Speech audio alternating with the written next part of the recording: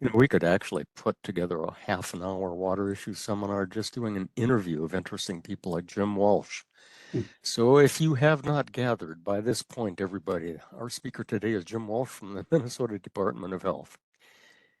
Department of Health has been looking at the occurrence of microbial genetic material in public water supply wells since 2013. I don't know how many people remember the big story that came out of Walkerton, Ontario, and many years ago now about the microbial contamination that caused illness and some death up in that area many years ago. And so I've always thought this is a hugely important area of work.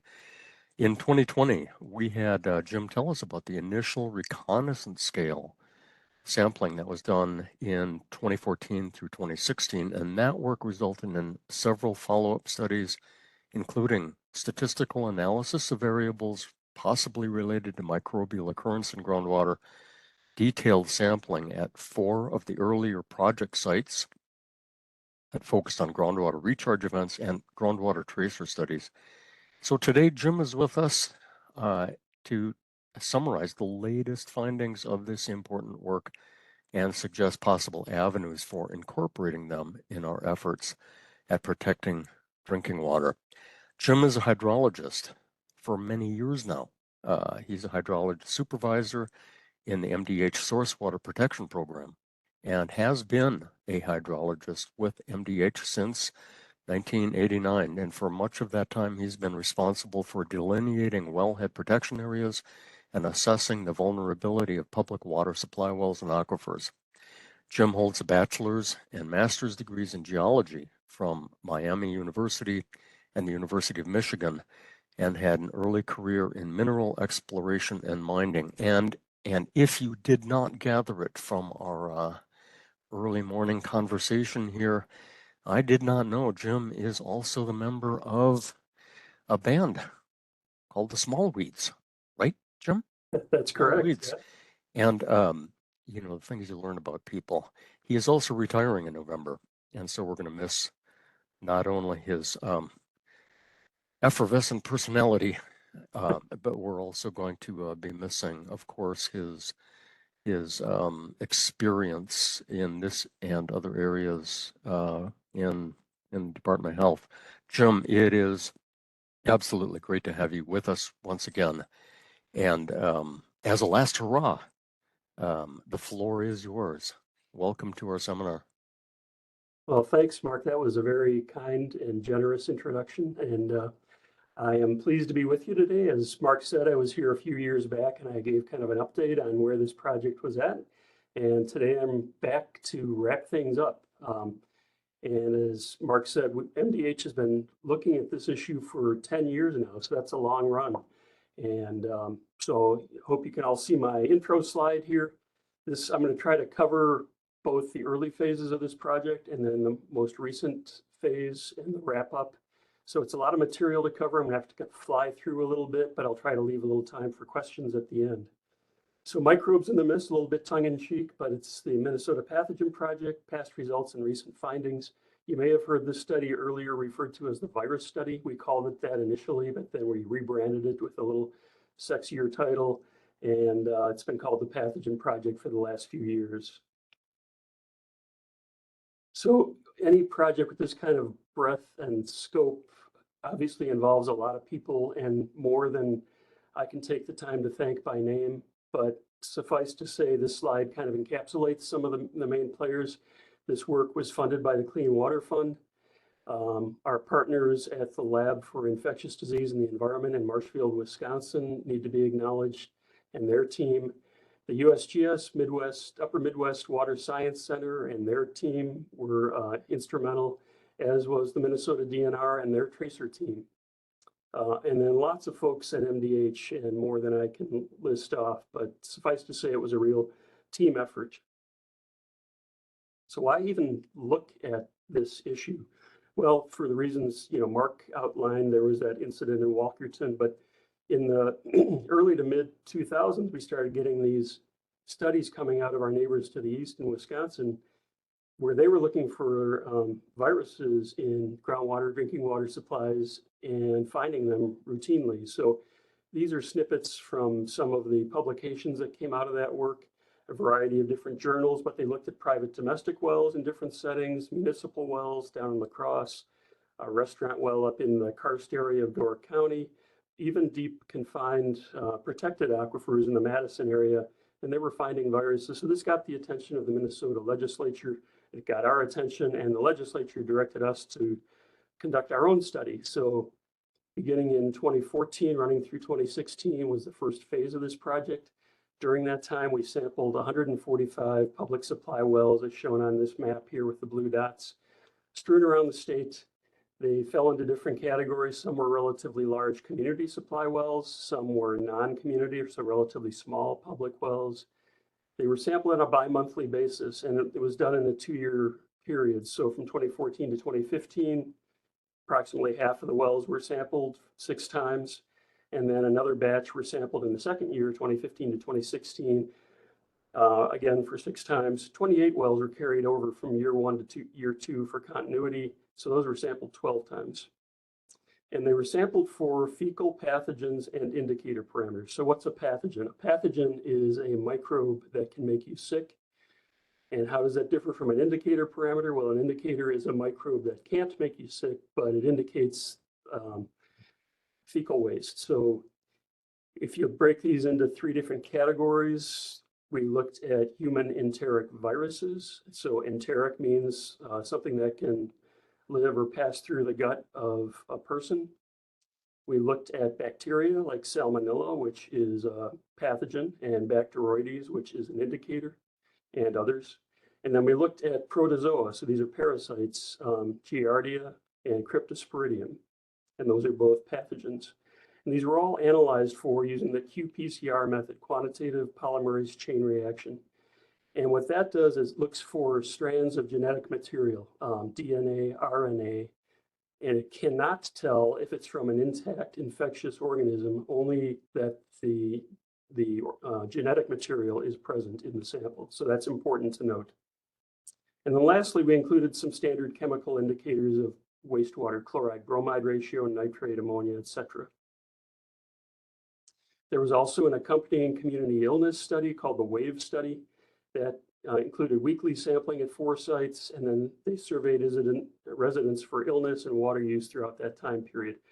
That component of the study deserves its own separate talk, so I'm not going to discuss that particular component further today. Well, if we look at some of the field activities, there's just some photos from what that sampling looked like in 2014, 2015. It was very laborious. The goal was to run 800 liters of water at a low flow rate through basically a kidney dialysis filter. You can see one in a bag here, at the same time as measuring field parameters and keeping everything sanitary. And then everything was, put in a cooler and shipped off to the respective labs for analysis. And so it took a long time to sample any particular well. If we look at the hydrogeologic setting of these wells, so now each of the blue dots again is one of the wells sampled in that 2014-2016 period. But now the backdrop is the near surface pollution sensitivity map that the Minnesota DNR has compiled. And the warmer colors on here represent coarser geologic materials or karst at or near the land surface. And then the cooler colors represent finer grain materials like clays at or near the land surface. The black up here represents near surface crystalline bedrock. So you can see, the pollution sensitivity is tied to the estimate of the vertical time of travel for water contaminants moving into the subsurface. You can see that these wells spanned a wide range of pollution sensitivity or geologic sensitivities. If you look at the table on the left, you can see the breakdown by aquifer types. So most wells were finished in glacial sand and gravel aquifers, which is true of most wells in the state. And then you can see the different categories of bedrock that were also included. If you look at the comparison between calling it now the virus study, which was the reference back in that time period, percent of virus study wells that were included in the study compared to all Minnesota public water supply wells, for which we have records for nearly 7,000, you can see that the breakdowns, they weren't one for one, but they were pretty representative, around 60% glacial sand aquifers, etc. So we feel like the wells that were selected were pretty representative, both in terms of the aquifers that were sampled and the geologic settings. So let's look at the results. Kind of staggering. Wells positive for any kind of either pathogen or indicator parameter, 96%. Wells positive for more than one microbe, 84%. Wells positive in more than one sampling round, 81%. Wells with at least one result above 10 genomic copies per liter, that's the units of reporting here. And that 10 value is considered a relatively high value. So above that, there's a greater probability that the detection represents an intact organism that could be cultured. 44%. Wells positive for Cryptosporidium, which is a pretty large protozoa, primarily thought to occur in surface water, or wells that were strongly impacted by surface water, 40%. Finally dropped off to wells positive for Giardia, 4%. So let's look at these high-level observations from that study. The bad news is that microbial detections were widespread, as I just showed you. If you look at a couple other granular details, 32% of wells had at least one human virus detection and 70% had at least one human pathogen detection. Some of the detections were high concentration, above that 10 genomic copies per liter threshold. The traditional risk indicators, total coliform, E. coli, geologic or pollution sensitivity, didn't appear to be strongly correlated to pathogen detection. And larger diameter pathogens such as Giardia and Cryptosporidium, especially crypto, appear to be present in groundwater. Let's flip it over to the good news. The detections, if you break them down to a sample level, so we were just talking about well level, now sample level, there were nearly 1,000 samples collected during this phase of the study. Only 6% had a human virus detection and only 22% had a human pathogen detection, so the numbers drop considerably. Most concentrations were low, lower than that 10 value. Not all detections represent infectious organisms. This is that important point that I drove home initially. So it's difficult to necessarily assign health risk. And then not all infectious organisms, even if they were intact and infectious, represent something or would result necessarily in illness. So more high-level summaries. We felt like these wells that were sampled were not exceptional in terms of either being risky well construction, geologic setting, or use. Those are generally pretty good predictors of chemical contamination risk, so a little surprising, despite that many yielded detections of this genetic material. We think that argues for pretty widespread occurrence of this material in the subsurface. So why might you see more of this than you do, say, presence for chemical contamination? And we think part of it has to do, of course, with source. There may be different and more dispersed sources of fecal wastes. But secondly, it's a very sensitive analytical method. This chart on the right displays, it's the different submultiples of grams concentration units. And the reported sensitivity of this qPCR method is circled in red, so femtograms per liter, 10 to the minus 15. Whereas the most sensitive chemical analytical methods are either picogram or nanogram per liter. So 3 to 6 orders of magnitude less sensitive. So we think that in part what this data is showing us is kind of the leading edge, if you will, of what's happening in the subsurface. And it probably reflects that there are multiple transport pathways getting this material into the subsurface rather than some single smoking gun variable, if you will. If you want to read more about the 2014 to 2016 results, there are 3 publications. First one came out in 2019. The lead authors were our partners in Marshfield, and this one was in Environmental Science and Technology, and it focused on the surprising Cryptosporidium findings. In 2020, publication in Water Research more fully described the entire study, and then in 2022, NES&T again, quantitative assessment of health risk based on the study findings. And it came to the conclusion that Cryptosporidium is the dominant driver of health risk because it's relatively infective and it's not, it's resistant to chlorine disinfection. So from that work in 2014 to 2016, we sat back and looked at the data, we looked at published research, and we realized that to have this microbial contamination in the subsurface, you need these three components. You need a pathogen source. That could be, sewage from an individual treatment system or a leaking municipal sewer. It could be some kind of land use like manure spreading. You need a transport pathway. That could be inadequate well construction. It could be something about sensitive geology or near surface conditions. And then you seem to need a special event. That could be a recharge event, rainfall, snow melt. You seem to need pumping to energize the system and create vertical hydraulic gradients and draw this material into the subsurface. Then you have to have illness in the community that's circulating and contributing to this pathogen source. So we decided, let's wrap up this project by looking at some of this information in more detail. We went back to the Clean Water Fund with a proposal in 2019 to do just that. And so I'm going to be focusing on the rest of the talk about what we proposed and found in this last phase of the project. So the first goal was to conduct a rigorous statistical analysis of the 2014 to 2016 data set. The goal, determine risk factors and better predict pathogen occurrence, the benefit, do a better job of assessing contamination sources in wells by risk. And the status of that work, the analysis is complete. There's a manuscript in draft form, and it's going to be submitted to Water Research probably in the next month.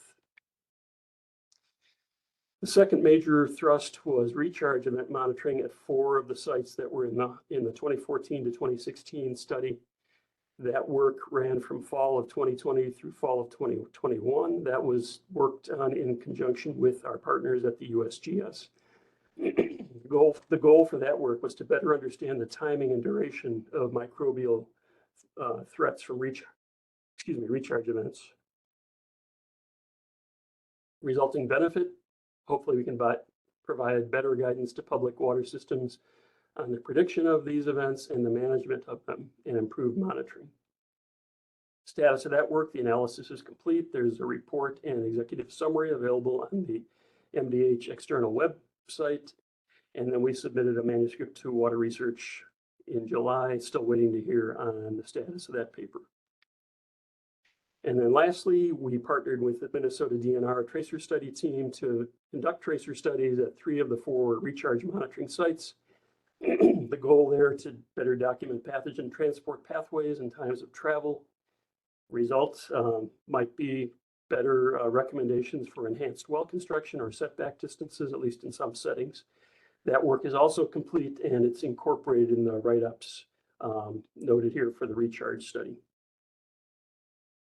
I'm going to focus first on the statistical analysis. This work was done by Deanna Schur here at MDH. She's an epidemiologist who's steeped in statistical methods, and she conducted a very rigorous analysis of all the potentially controlling variables having to do with well construction and use, aquifer characteristics, variability in the chemical indicators that we sampled for that may indicate human impact, land uses and potential contaminant sources, both right around the well. This IWMZ is the 200-foot radius around a public supply well, and the well capture zones. And we asked her to look at all of these and look at the outcome of cryptosporidium occurrence, because as I noted, that's been identified as the most significant driver of health risk. This is a photomicrograph of what these critters look like. Why focus on those? They're poorly correlated with total coliform, which is our usual indicator of risk. They're highly infective. They're chlorine tolerant. And since they're a large organism, they're kind of a bellwether for maybe smaller organisms like viruses and bacteria. So we asked her to look at all those variables and tell us which are most closely correlated to that outcome. Secondly, we asked her to look at the precipitation data relative to the 2014 to 2016 time period to see if she could determine anything about the amounts and timing of precipitation relative to detections. And we used that analysis to help guide the design of our recharge monitoring study. I'll talk about that secondly. First, this slide that is kind of a cartoon block diagram that I stole from the Iowa DNR that I wanted to use to show you better drive home the concept of how we looked at potential contaminant sources in the areas around a well. So if my cursor here is at the well, this inner black ring around it represents the 200-foot inner well management zone. We designate that around every public supply well in the state, and then we conduct an inventory of potential contaminant sources, septic systems, et cetera. And so there's a database of that from which we can cull and then put that into the statistical analysis. I'm in the wellhead protection program here at MDH, and we're responsible for delineating capture areas around wells, and they're based on times of travel. So in this diagram, the area that's encompassed by the red ring might represent the 1 year time of travel capture zone. Water within this area reaches the well within 1 year. That's also called the emergency response area. The broader wellhead protection area might be represented by this bluish gray shading, and that in this case represents the 10-year time of travel capture area, which is usually the wellhead protection area in Minnesota. We also look at potential contaminant sources in that area. And then lastly, we use LiDAR data to look at the land surface topography and do our best estimate of what might be a watershed around each well or surface runoff catchment area around each well. So those are some of the components I wanted to point out. So Deanna took all of this data. We threw 81 potential variables at her, and then she looked at them first using univariable methods to assess whether they might be correlated with cryptosporidium occurrence. And for those that were strongly correlated, she moved on to incorporate those in multivariable modeling methods. So I'm going to show you the outcome from that work. And the way this is broken down is first by theme. So for example, well use and construction. And I've got two different columns here. The first one, if I think the findings are kind of intuitive and or reflect human causation, then they fall in this category.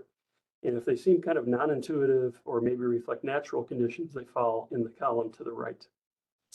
And if they are bolded, that means they were important both for univariable and multivariable modeling analysis. If they were not bolded, then they only showed up as important using univariable analysis.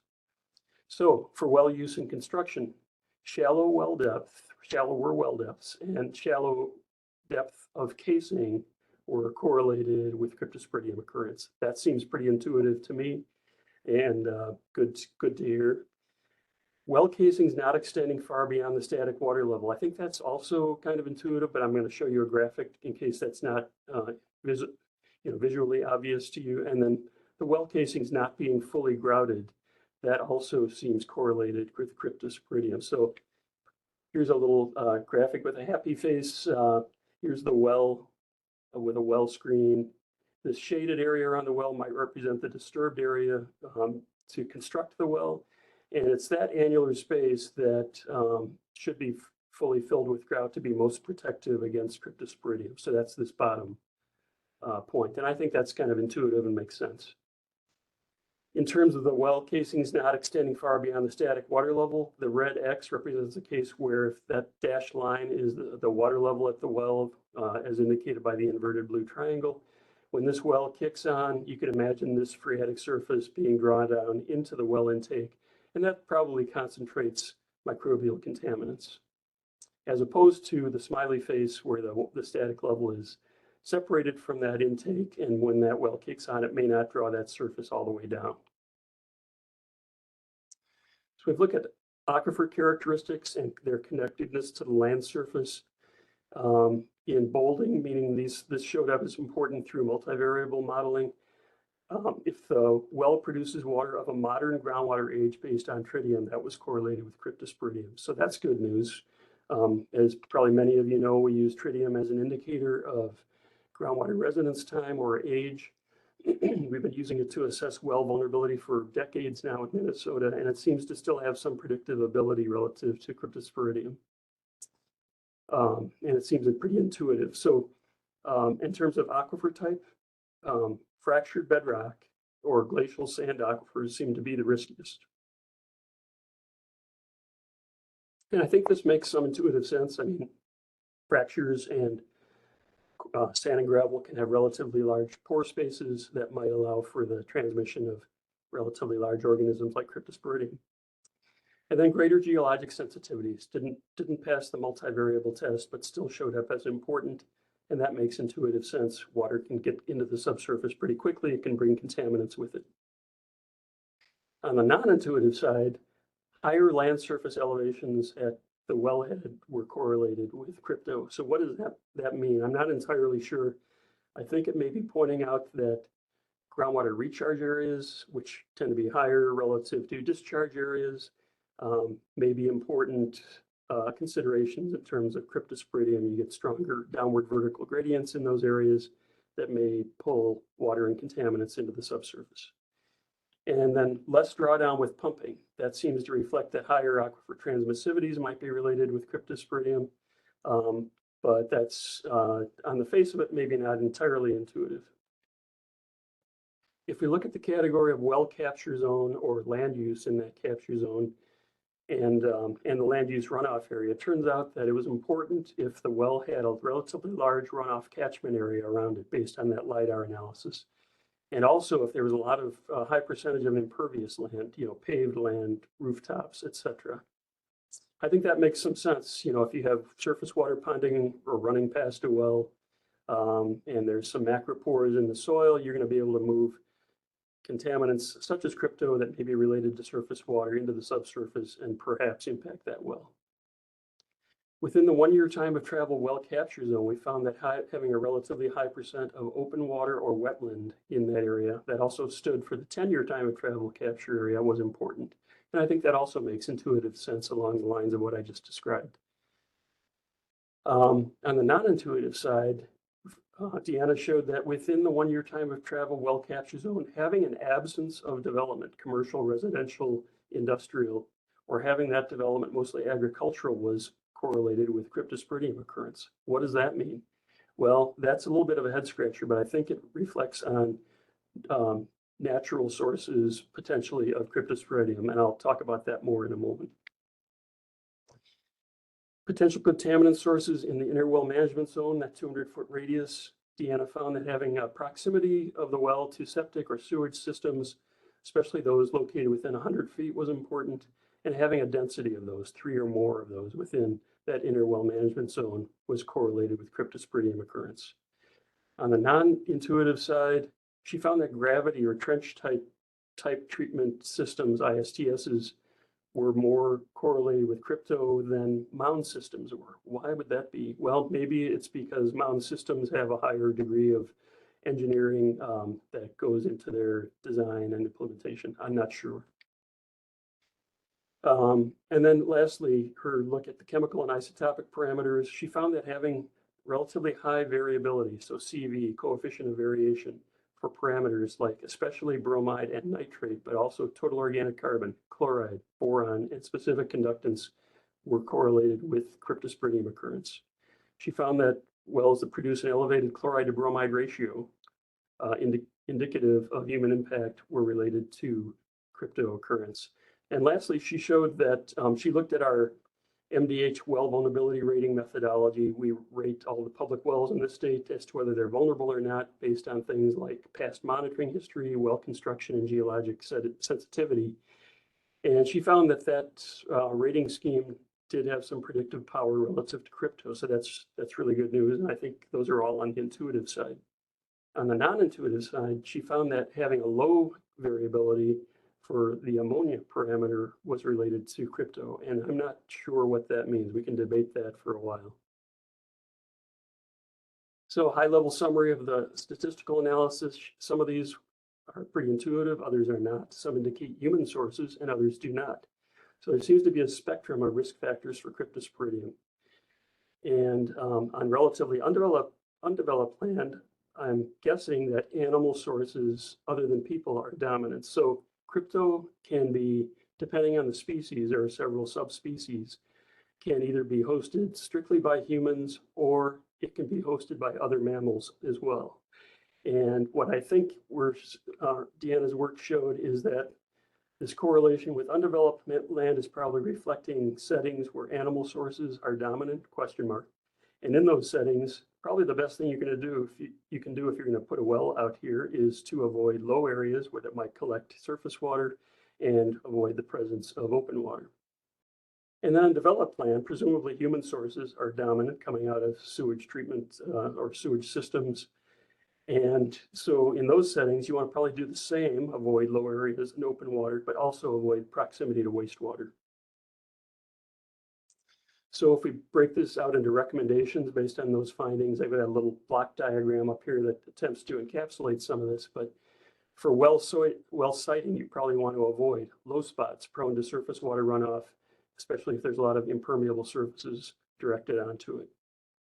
You probably want to avoid the presence of open water or wetlands in the 1 year time of travel well capture area, if you know that. You probably want to avoid proximity, being less than 100 feet to, or a density 3 or more within 200 feet of septic or sewage sources. For well construction, avoid shallow wells, especially wells that are less than 118 feet. For some reason, this number popped out as being significant. So wells that were shallower than this in her analysis were twice as likely to have cryptosporidium in them than not. So avoiding shallow wells, especially those finished in geologically unprotected fractured bedrock or sand and gravel aquifers that are known to produce young water, and especially if they produce relatively flashy chemical sampling results, so high variability. You probably want to avoid well casings that aren't fully grouted and that terminate close to the water table. You don't want that water table or phreatic surface drawn into the well. For monitoring, you probably want to promote repeat sampling for parameters like chloride, bromide, nitrate to assess their variability as they relate to microbial risk. And take-home message for MDH, as we do these well vulnerability assessments, we're doing a pretty good job, but we can probably bolster that by adding some of the unaccounted for variables she found were important here, like that surface water runoff area, and maybe weighting the other factors like well construction and well depth to reflect her findings. That's especially important when we're trying to assess wells for GUDI, G-U-D-I, which is groundwater under the direct influence of surface water. So that's a special category of public well. If we designated a well in that category, they have to put on surface water treatment, which is very expensive and cumbersome. And so we don't do that lightly, but we think that these findings can certainly play into those types of determinations. Relative to her analysis of the precipitation work now, so rolling into the recharge monitoring study, she found that the greatest total microbial load observed in the 2014 to 2016 data set. So now we're not just looking at crypto, but all the microbes detected were observed within 2 or 7 day lag periods after heavy rainfall. And a secondary analysis showed that precipitation occurring within 24 hours prior to sample collection was most associated with human enteric virus detections. So the conclusion, contamination occurs quickly after precipitation events. We use that information to design our recharge monitoring study. So we decided to, at each of the 4 sites where we did this work for that 1 year of the study, we triggered sampling to occur within 10 days from the start of a forecast rainfall of a ½ inch or greater. So we relied heavily on forecasting for this project. And it resulted in this kind of a sampling analysis or plan. So what you see here is days in, so day R-0 is the start of precipitation. We started 10 days before that, day R-10 on some background sampling.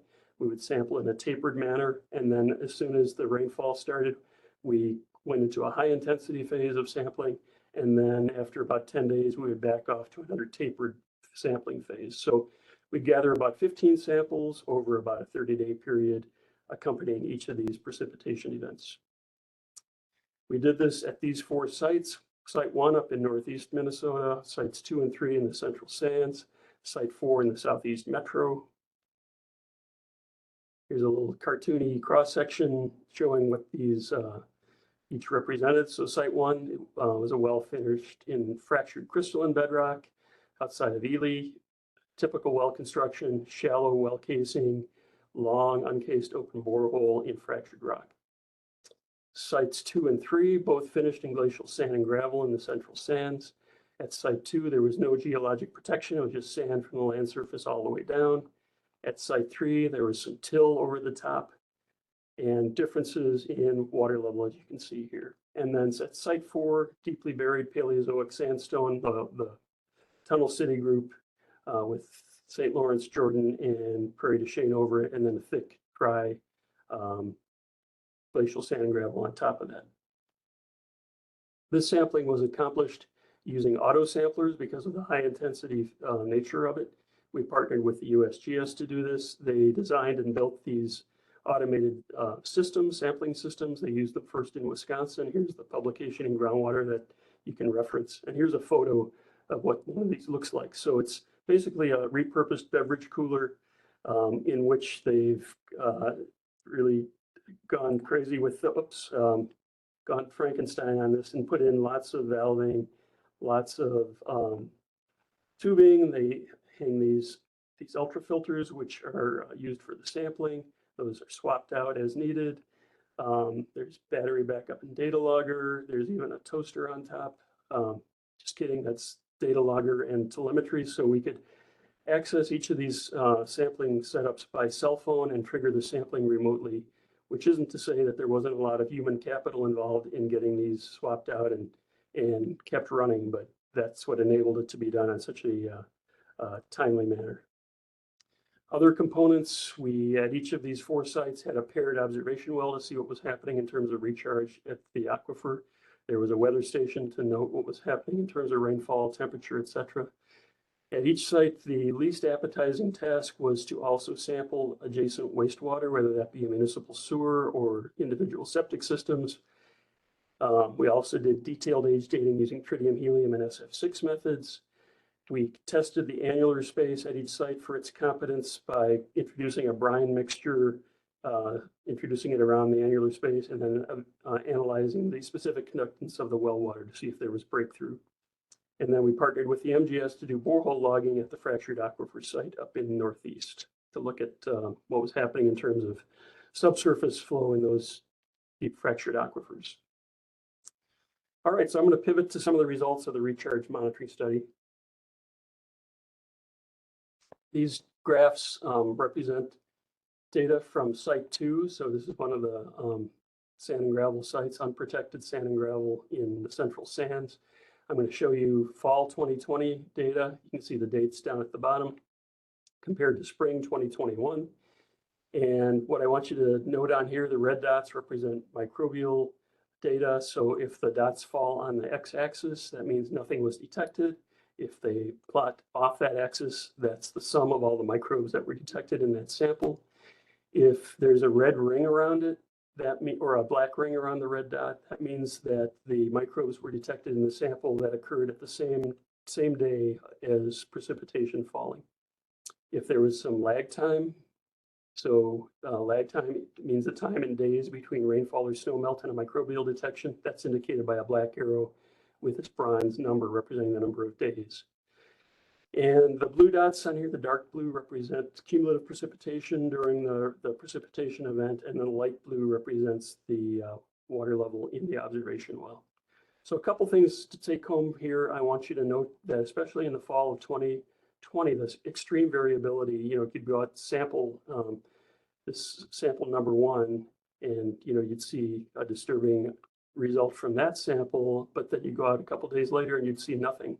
And then the next day after that, you'd be back and having detections, and then it just kind of bounced all over the place. So this is something that's been observed in other studies. It's extreme variability in microbial occurrence, but this is a finer tuned look at it. So what this could mean is that taking single or occasional samples could easily miss detection. That's an important take-home message. The second thing to note is while there are several of these same-day detections in the fall of 2020 at this site, there were much more regularly occurring in the spring of 2021. And why might that be? Well, in fall of 2020, we were coming off a dry period, just starting to get wet again. Spring of 2021 was relatively wet before the drought kicked in. And so we think that both this site and all the other sites showed this importance of the prevailing recharge and antecedent recharge conditions or precipitation conditions. So now I've taken all the data from site 1 pertaining to lag times and composited it so you can see the results for each of the 5 different sampling recharge events for this site that throughout the course of the study, 2 in fall of 2021 and spring of 2021, going into the drought summer of 2021 and then the fall of 2021. The backdrop on here represents, the color shading represents the prevailing moisture conditions based on Minnesota climatology. So if it's brown, it was drier than normal. If it's green, it's normal. If it's blue, it was wetter than normal. And then the gray stippling represents the period of time when you had winter conditions. So frozen ground nominally based on frozen lakes, snow, etc. And so what I want you to note here is the blue line represents the minimum lag time in days based on those lag time charts I just showed you. The gray represents the average lag time. The russet color represents the maximum lag time in days, and then the goldenrod represents the median. And one thing that we saw here and all the other sites, the shortest lag times were observed in the spring and during wet conditions. Even with winter conditions prevalent, if it had been wet coming into that winter period. And in contrast, the longest lag times were observed in dry conditions. You remember how dry the summer of 2021 was. So this is looking at that same lag time information for all 4 sites, site 1, site 2, site 3, site 4. I've also added on here the depth to water at each site with the inverted blue triangle and the depth in feet, and indicated which 2 are bedrock settings and the other 2 are glacial drift. So consistently, lag times were shortest in the spring, longest during or after drought conditions, and there seemed to be some dependency on aquifer type and depth to water. If you look at just the shape of these curves, the bedrock aquifers look similar, and the glacial drift aquifers look similar despite their differences in geologic setting. If we now look at microbial detection frequency and the concentration data, so now we're looking at the same backdrop information in terms of the color shading and stippling, but now the deep blue represents the percent positive samples for each of the recharge monitoring events. The goldenrod represents the highest observed microbial concentration in genomic copies per liter. The russet color represents the microbial sum for all the parameters that for there was a detection in that sampling event. And then in gray is that same value normalized by the number of samples collected per event. So again, we saw similar results at each of the 4 sites despite their geologic differences. Concentrations in terms of all the microbials that were detected peaked after the transition from dry to wet conditions. And that seems to say something to us about these acting almost like a tracer test. But detection frequency would continue to increase into the spring as long as it was wet, even if there were winter conditions prevalent, and didn't drop until you got back into dry or drought conditions. So these are those same types of plots for all 4 sites. And again, highest frequencies were observed in the spring, except for site 4, which has the thickest vadose zone at 180 feet. That seemed to delay each of these peaks by 1 recharge event. Highest concentrations were observed in the second fall of 2020 sampling event, except at site 4, the thick vadose zone, where it was pushed back by 1 recharge event. Okay, comparing the results with the age dating, we found that at site 1, there was a mix of young and ancient water. Couldn't put an exact date on it, but possibly millennia old, mixing with younger water. Sites 2 and 4 showed water that was bulk age of about 30 years, and then site 3, 15 years. Compare that to the maximum lag times we saw for responses to precipitation events and microbial occurrence, no more than 2 to 3 weeks.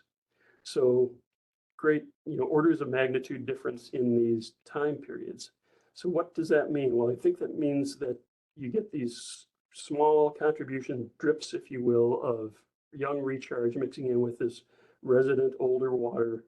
And we used the chemical results from this study to back out what those volumetric contributions might be. And in all cases, they were less than 20%. In most cases, they were less than 10% of the well or aquifer volume, if you will. And in some cases, we were able to identify contributions as small as 1% or less related to these recharge contributions. And then relative to the tracer study work and the sampling we did at adjacent wastewater, we were able to identify where we thought the contaminants were coming from at each site. So at site 1, the most commonly detected organism was a bacterial indicator, human Bacteroides. By process of coincidence with the wastewater samples, we were able to assess that it was probably coming from the sewage lift station or its associated sewer piping. Those distances range from 55, 70 to 180 feet from the well, and if they're highlighted in red, that means they fell within the 1-year time of travel well capture area.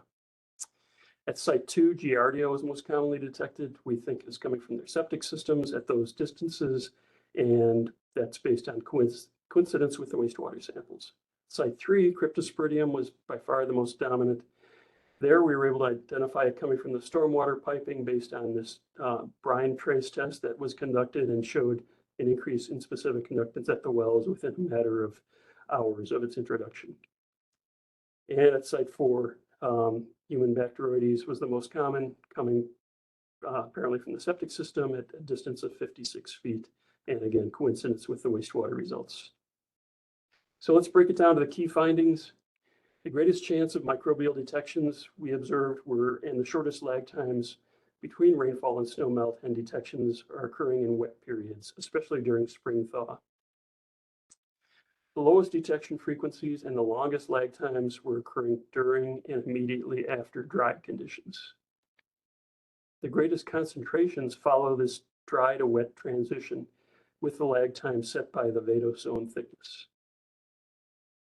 Recharge may be occurring despite other indicators of frozen ground. That seemed pretty clear from this work. Chemical and isotopic indicators may reflect recharge and help assess risk. They certainly seem to do that here, but it wasn't a one-for-one correspondence, and they're not as sensitive as the qPCR method, so they're not direct surrogates. And it appears that porous media, vadosomes, and aquifers are still behaving like pipes at localized scales. I think this is an important takeaway. So what does this look like in terms of a conceptual model? So what I think what's happening is that you get year-round discharge to the subsurface, shallow subsurface, from either septic systems that are designed to do so or leaking infrastructure, be they sanitary or storm sewers, into the subsurface. There's accumulation in the shallow subsurface during dry periods, but then when the transition to moist periods occurs, they get pushed down. And then there's rapid movement made possible by small high permeability features in the subsurface that are at a scale we really can't map from our standard mapping methods. And that downward movement is accentuated by energizing action of well pumping. And so resulting in like small volumes of fast pipe-like flow occurring locally around these wells. We think these microbial pulses reflect volumetrically small contributions to aquifers, but at timescales much shorter than the bulk aquifer water age. This has implications for well vulnerability assessments and for what kind of age dating tool you want to use to assess vulnerability. So we think maybe transitioning from standard enriched tritium to ultra low level tritium to try to see if we can identify very small components of young water in some of these aquifers. The high variability we observed means that single or infrequent sampling is unlikely to adequately characterize risk. And this reinforces the importance of disinfection as a barrier, where you don't have the double-edged sword of disinfection byproducts creating their own problems. So if we break this down into recommendations based on this part of the study and look at the general heading of water quality monitoring and well vulnerability assessment, we feel monitoring for wells for microbial risk, especially if you're trying to assess groundwater under the direct influence, et cetera, is best done in the spring or during other wet periods for increased chance of detection, and you're best off if you sample repeatedly if possible. To catch maximum concentrations, sample after the transition from dry to wet. Incorporate information on antecedent and prevailing moisture conditions when you're either evaluating past monitoring data, like we did here for that 2014 to 2016 data set, or if you're planning future studies. Probably best off to incorporate repeat sampling or continuous monitoring for parameters like chloride, bromide, specific conductance as analogs for risk. Transition to the use of ultra-low level tritium or other more sensitive age dating methods for well vulnerability determinations. And don't just rely on those results, but factor in sampling from other parameters, especially if you can do it repeatedly for things like the chloride to bromide ratio, taking a weight of evidence approach. And I think there's probably some basis for evaluating the comparability of these results with other relatively high sensitivity chemical methods. So, for example, PFAS compounds may be something that, like PFBA, that's relatively commonly found. Maybe there's some analogs, even though they have obviously different sources. And then incorporating tracer and borehole logging studies where appropriate. We found the value of those definitely. In terms of water system operation and risk management, use all hydrogeologic information that's relevant when siting wells and contaminant sources. Keep wells up gradient outside the 1 year time of travel area, capture zone area from wastewater sources in particular, and then reference the other findings from the stats analysis. Consider use of storage if you're a public water supplier and have the luxury of having a lot of storage. You could maybe use that to ride out through these high risk periods, spring thaw or dry to wet transitions, and maybe increase your disinfection residuals during those times. And then promote disinfection where it's feasible, given the extreme variability in the currents. And of course, if you're looking to treat crypto, you have to note that it's insensitive to chlorine, so you have to use something like UV or filtration to take care of it. All right, that's what I have for you. I know I've used up almost all of my time. I'm sorry about that. But if there are questions, I'm glad to entertain them now.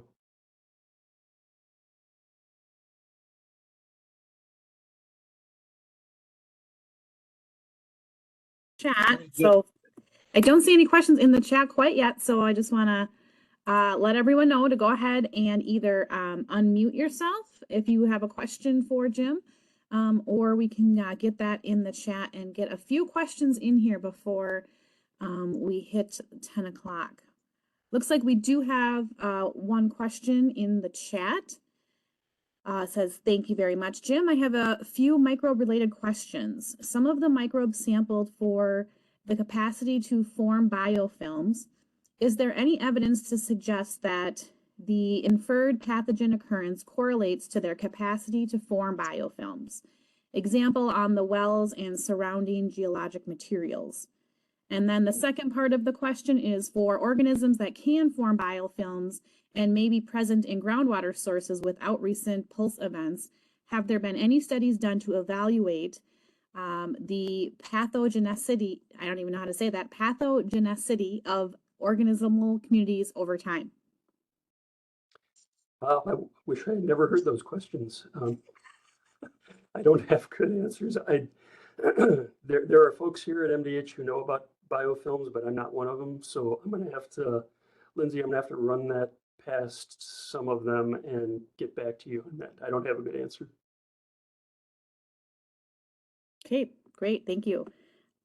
We've got a question here from Paul. Will your work result in a reevaluation of well code, setbacks, etc.? I don't know about that. I mean, I'm going to be leaving all this material with young, fresh minds who are going to carry this forward. So I don't want to predict, but I would guess that the greater likelihood is, well, that it might, especially in terms of full length grouting for private wells. I think that would be a nice step in the right direction. In terms of setback distances, I think those will probably end up getting pushed more for public wells exclusively, which may or may not fall to the well code. It may fall more into programmatic efforts in terms of new well site approvals, within the drinking water protection section. So my guess is that it'll go that route rather than resulting in required changes in the well code.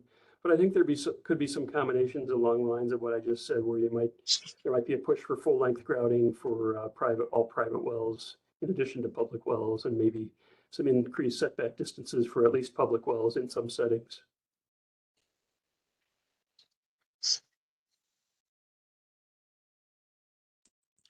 Great, thank you. I have a quick question if we have time. Go for it. Okay, this is Amanda Yord from DNR. Thank you for the talk. Your talk made me think about, we have areas in the state where we're seeing long-term groundwater level declines in high capacity and domestic wells, and they're often in agricultural areas where irrigation is increasing. And when you showed that wells are at high risk for contamination if water levels are closer to the screen, I was just thinking about maybe how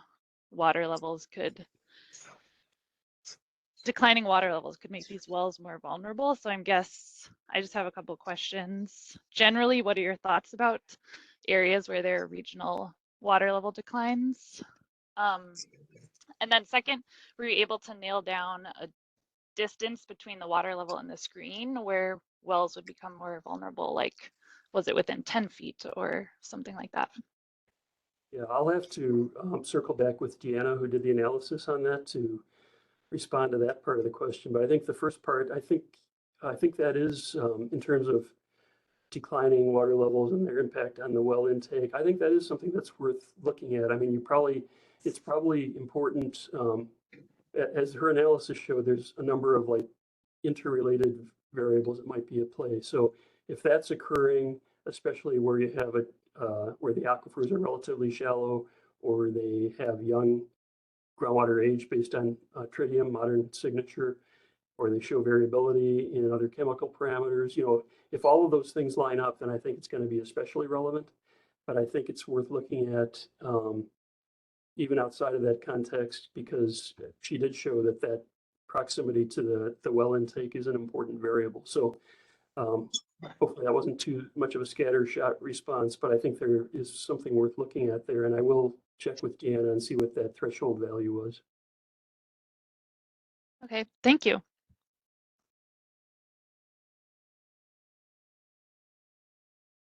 All right. We did have one last question in the chat, but we are at 10:01. So if you have to go, Jim, we can maybe reply to this person in an email. Okay. The question was, are there many private labs that provide analysis, and what are the typical costs for analysis? I'm not aware of any private labs that do the analysis. That's one of the big stumbling blocks right now. So this lab that we used is one of the few, I'm not even sure I can list others off the top of my head that do this type of work. So that's a shortcoming. And so to do a study like this, you have to approach a research lab like this with a proposal. They have to be interested. You have to have funding. So it's not a trivial undertaking. And, the cost was if you broke it down, it was probably in the range of $400 to $500 per. So it's expensive. So it's not a light or easy undertaking. And until that changes, it's going to be hard to, promote these types of studies for more casual investigations. Jim, I'll bet that Microbial Insights could do this kind of work. They're a private lab that does a lot of microbial genetics analysis and tracing in water and so forth. I bet they can do this kind of work, although I'm not sure about the pathogenic stuff. Yeah, well, I mean, I think it'd be good to see some private labs get motivated to do that, and if they got enough interest, they would take that on and make the prices a little more competitive, and that would be great, because I do think, given the sensitivity of the method, I think it's telling us things about the subsurface that we don't get anywhere else.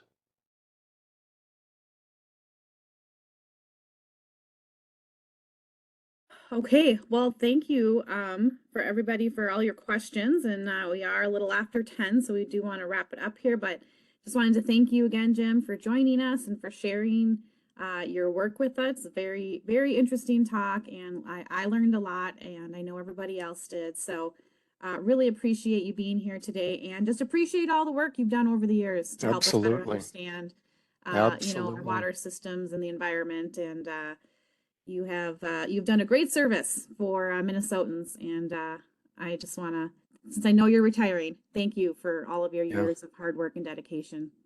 Oh, nice work, Jim. Thanks so much for sharing this information with us. Really, really interesting stuff. Oh, thanks, you guys. It was good coming back. Thanks for inviting me back. So yeah, it's nice to do the victory lap, if you will. Yeah,